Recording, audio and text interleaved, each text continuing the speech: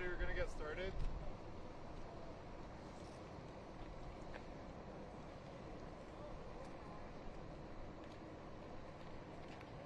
Hi, good afternoon, everyone. Thank you so much for joining us.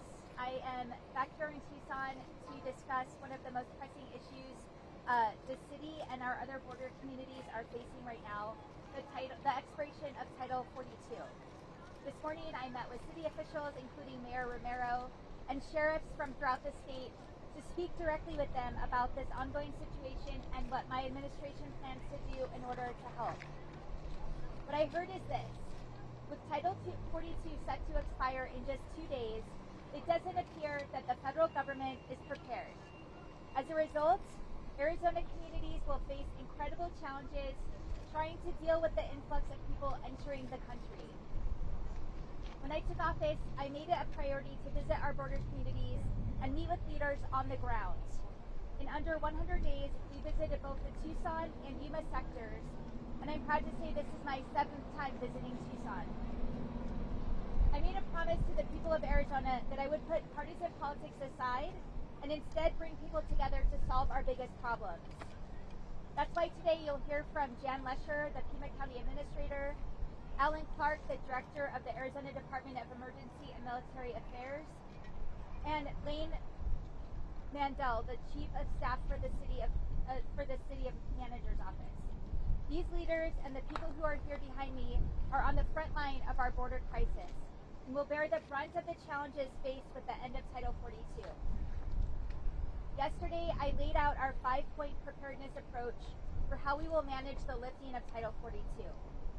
Critical to our success on the ground will be partnerships with organizations like Casa Alitas, local governments like the City of Tucson and Pima County, and local law enforcement.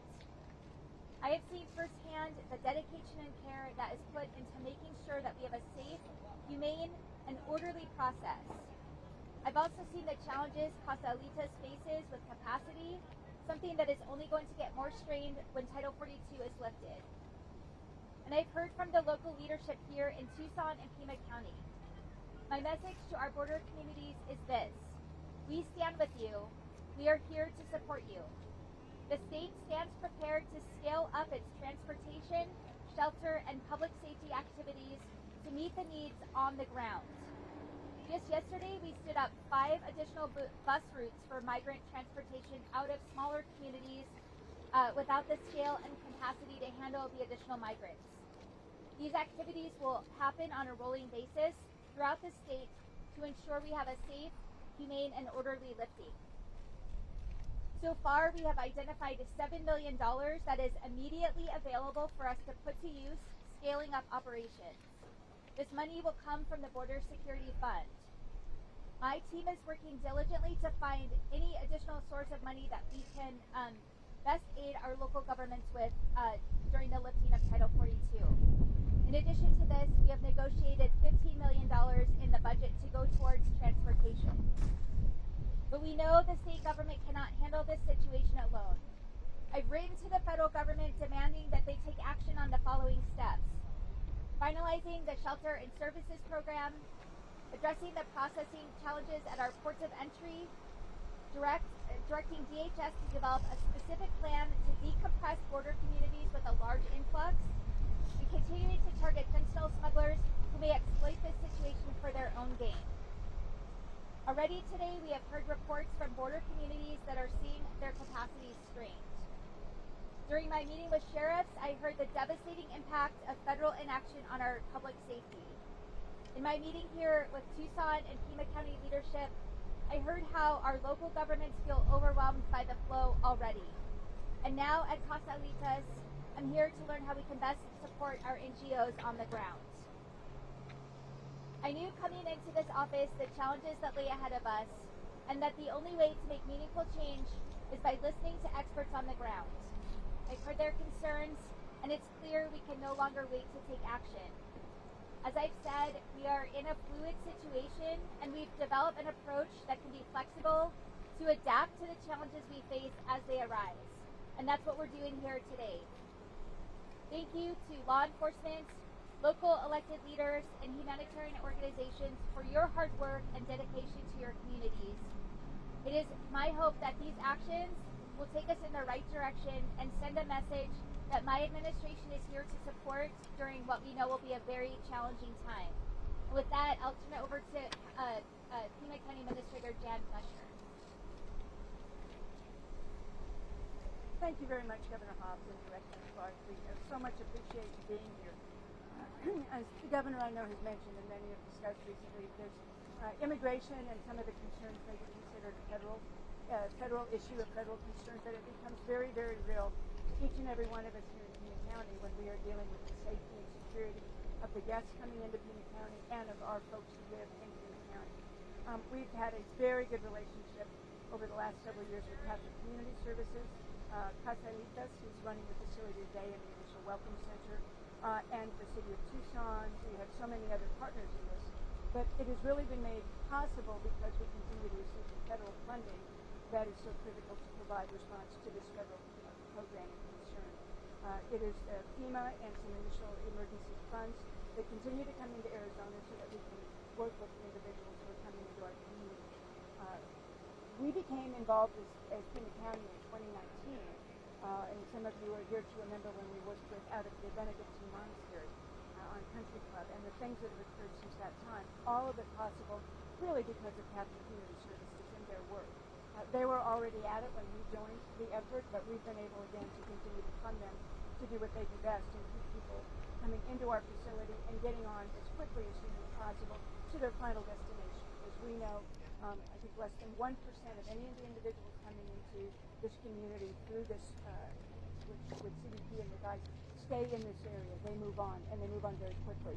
The job is to provide them the shelter, the food, the service, and that ability to get the continuity of where they're finally going. But our hope is that when these guests are brought into our community, that they are welcomed and taken care of. A big part of that, I would be remiss without really acknowledging the partnership we've had with Customs and Border Protection here in Southern Arizona, and with Director Clark from the state, our own Director Shane Clark of Emergency Management, so many partners meeting regularly with CBP to ensure that all that transportation the governor mentioned, we're working with Santa Cruz, Cochise, Pima counties to make sure that everyone is safe, including our own individual residents. So we really appreciate the governor being here to help additional eyes come on this.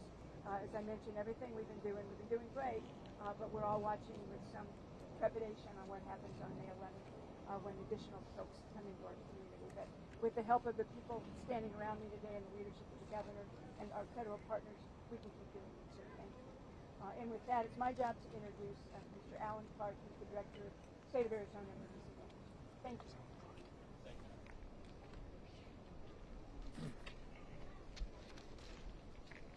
All right, good afternoon. On behalf of Major General Terry Muhlenbeck, the Adjutant General and Director of the Department of Emergency and Military Affairs, I want to thank the Governor Hobbs, Pima County staff, City of Tucson staff for having us down here to address this issue. My name is Alan Clark, and I'm the Director of Emergency Management Division of the Emergency Management Division within DEMA. Governor Hobbs mentioned a 5-point approach, and that my department participates in most of those points. Though the volumes faced and the challenges they bring are unprecedented, we are not new to this crisis. Your non-governmental organizations, municipalities, counties, and state have worked for years and will continue to address a myriad of issues, some of which we cannot forecast at this time. Our approach is flexible, moldable, and will allow us to address an ever-changing environment. DEMA has systems in place to learn the facts on the ground, and we tailor our approach to meet those demands in real time. For example, as the governor mentioned, just yesterday, we were ready to assist the counties and the NGOs with 8 bus routes after Border Patrol notified localities over the weekend of the need for transportation out of our smaller communities in southeastern Arizona. My team was able to triage this and deploy buses to those locations to avoid street releases. I want to emphasize the critical role of timely and accurate communication when collaborating with our federal partners during situations like this. We don't want to misuse the state's resources by deploying too much, but we also don't want to leave our ground partners without the necessary support. Therefore, We'll keep working closely with our federal partners to ensure our team can provide the needed assistance as effectively as possible. Partnerships. One of the governor's 5 points to address this issue is by far the most complex and most critical point for our department when trying to address a humanitarian emergency. Complex, because even though we press our federal partners for real-time data to make informed decisions, they may not have that information either. I assure you that your local communities, NGOs, municipalities, counties, and many partners are working very, very closely with the state to address the needs of everyone. A disaster incident starts local, and we feel blessed to have community partners and emergency managers like Dan from Cochise County, Sobe from Santa Cruz County, Shane from Pima County, and Tony from Yuma County that have dedicated themselves and their staff to this for this entire year and actually prior to. I am also privileged to have a staff that includes Mike Hammerstrom, Sheldon Ross, and many others that have given up weekends with their families, work long hours into the night, all to assist the counties and NGOs prepare for the unknown. Emergency Management by Trade is a collaborating organization, and I assure you that my team has and will continue to collaborate with our partners across the state, region, and country to address life safety issues. I know we might not always get it right, but I can assure you that myself, my team, the county, and everyone else involved are driven by our deep sense of compassion and empathy in delivering on this mission. This is why we do our work. This is why we are here today, and this is why we will continue to work hand in hand with all of you as we look to address the upcoming challenges. At this time, I'm going to turn it over to Ms. Lane Mendel. Hello, Lane Mandel from the city of Tucson. I am very grateful to the governor and Director Clark for being here with us today, and I am honored to stand alongside my partners at the county and Catholic Community Services, who I've worked hand in hand with on the ground for numerous years on this issue. Unfortunately, Mayor Romero is tied up at a council meeting and cannot be with us here today, but she asked me to make the following statement. Congress has the responsibility for fixing a broken immigration system and resource allocation. The city of Tucson has a long history of being an immigrant welcoming community. I will continue to advocate for comprehensive immigration reform. We are committed to the safe, orderly, and humane treatment of asylum seekers in our community. This is a part of our ethos in the city of Tucson. We will continue to focus on addressing the humanitarian needs in this moment that are beyond the scope of anything we have ever seen before. We are deeply appreciative of the governor's shared commitment and support as evidenced by her visit here today. We will continue to stay in close communication with our county, state, and federal partners. Thank you. All right, thank you, everybody. So we'll take some questions right now. If you want to raise your hand, then we can come to the podium right there. Yeah, thanks for Governor Hobbs. Yesterday, the Border Patrol Chief Inspector, he was saying, I think we're prepared. He said, we've tried this. We've had false starts 6 or 7 times, so we've gotten relationships together, and I think we're ready for this. So it's kind of a quite different picture than what you all have been painting here. What is it that you're seeing maybe on the ground or in talking to people that maybe he isn't seeing? Well, I think what we know that we need from all of our federal partners is a better level of communication. I think that has been frustrating. We're seeing them, not communicating with where they're dropping folks off, and we're trying to avoid street releases and avoid that from happening. And they might think they have a plan, but they have not communicated that plan to us. And so we're, trying to make sure that we have everything in place to address all of the issues that are going to come from lifting Title 42. I would love to hear what their plan is, but we have not heard that yet. So is the big danger or fear here is street releases? Is that like the #1 thing, and then whatever comes out from that? Is that what everyone's trying to avoid? Certainly street releases. We want to make sure that there's orderly and humane treatment of folks. And certainly with the level of criminal activity around the border, the potential for exploitation of vulnerable populations as this as Title 42 is lifted. Right here. Hi, Lisa, resident of CJCC. Do you see some of these funds in the state potentially coming from the Border Strike Force funds that would go into local law enforcement along the bordering? Yeah, absolutely. And then there's money that was appropriated last year that the $7 million I mentioned is from that. And then we're pushing the federal government for additional resources as well. Can I ask for more information about the bus routes that you established yesterday? Just the number, and could you give us some more information on the municipalities that they're coming from? Yeah, so yesterday we had releases in Douglas, Naco, and then we also helped with the Nogales routes. So Pima County and all of the county EMs had communicated very clearly with us when they needed help. And those were the routes, and we ran 5 buses yesterday, 5 routes. Don't know if it was all the same bus, but 5 routes. And we're gearing up for more as needed. Right there. Governor, good to see you again. Eric Fink with KVOA. You have said that you have spoken with, or have tried to get in touch with President Biden, his administration, Secretary Mayorkas. You were with him several weeks ago in Nogales. What did you specifically ask of the President, of the Secretary? You've said it's been an inadequate response, but what did you specifically want from them? So again, we've been asking repeatedly for what the specific plan is, and we haven't gotten a lot of details. And when I had the secretary here, part of what I wanted him to see was what folks on the ground are dealing with, and he toured Casalitas and heard from folks there.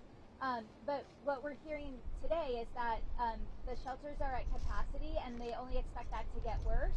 And so the response on that, the additional federal shelter dollars, are still being worked out, even though we've known for a while that we need that.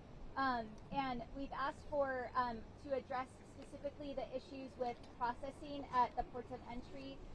The CBP1 app is only available at the Mariposa port of entry, so that's problematic.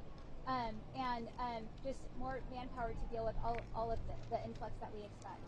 And with capacity here at Casalitas, what does capacity look like, and are you guys at capacity right now? So at this location at our Drexel Center, we can serve about 300 single men each evening. They can shelter here with us. However, we have about 1,200 people circulating through our system at any given time. Everybody who arrives to a Casalitas shelter arrives to this location here. And then they are triaged out to other locations if they're family members, single women, something that's going on with their medical situation, then we move them around a little bit. But are we at capacity? Yes. Certainly, we have more people in our shelter services now than we did this time last week. However, we have been able to work with the city and the county to kind of nudge up the level of shelter that we're able to provide right now. It's kind of like an accordion, but it's like an accordion that has a definite limit on how far it can expand. Thank you. Right there.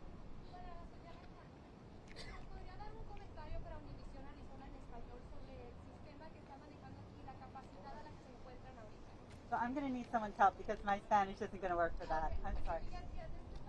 Yes. Diego or Elena.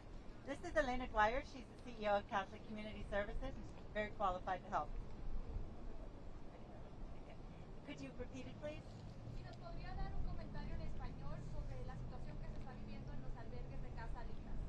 Sí, por supuesto, como la directora Teresa acaba de decir, estamos en capacidad, estamos en este momento hoy, comparado a lo que estuvimos la semana pasada, ya de por sí estamos excediendo el número de visitantes que tenemos, más de 300. Ahora tenemos el apoyo del condado, de la gobernadora, de la diócesis, tenemos muchos soportes de apoyo para poder acomodar a los individuos que continúan a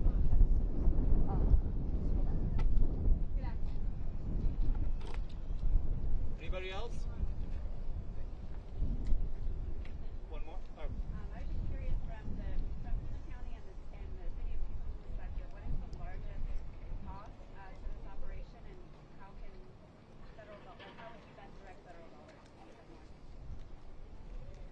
the largest cost is, the staff. We've been leasing this facility here. It's the shelters, food, there's a little bit of everything. We have just received another tranche of funding, bringing the federal dollars for this program since 2019 to just about $29 million.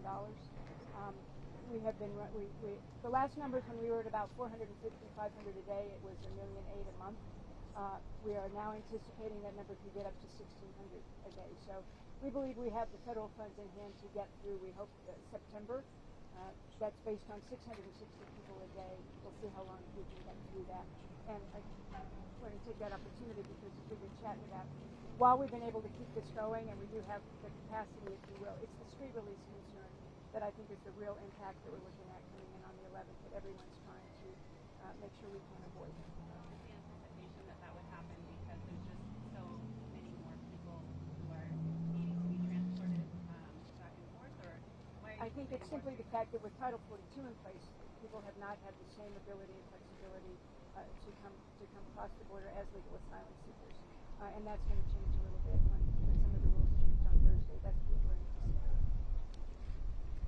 All right, last chance. All right, we'll call it a wrap then. Thank you, everybody.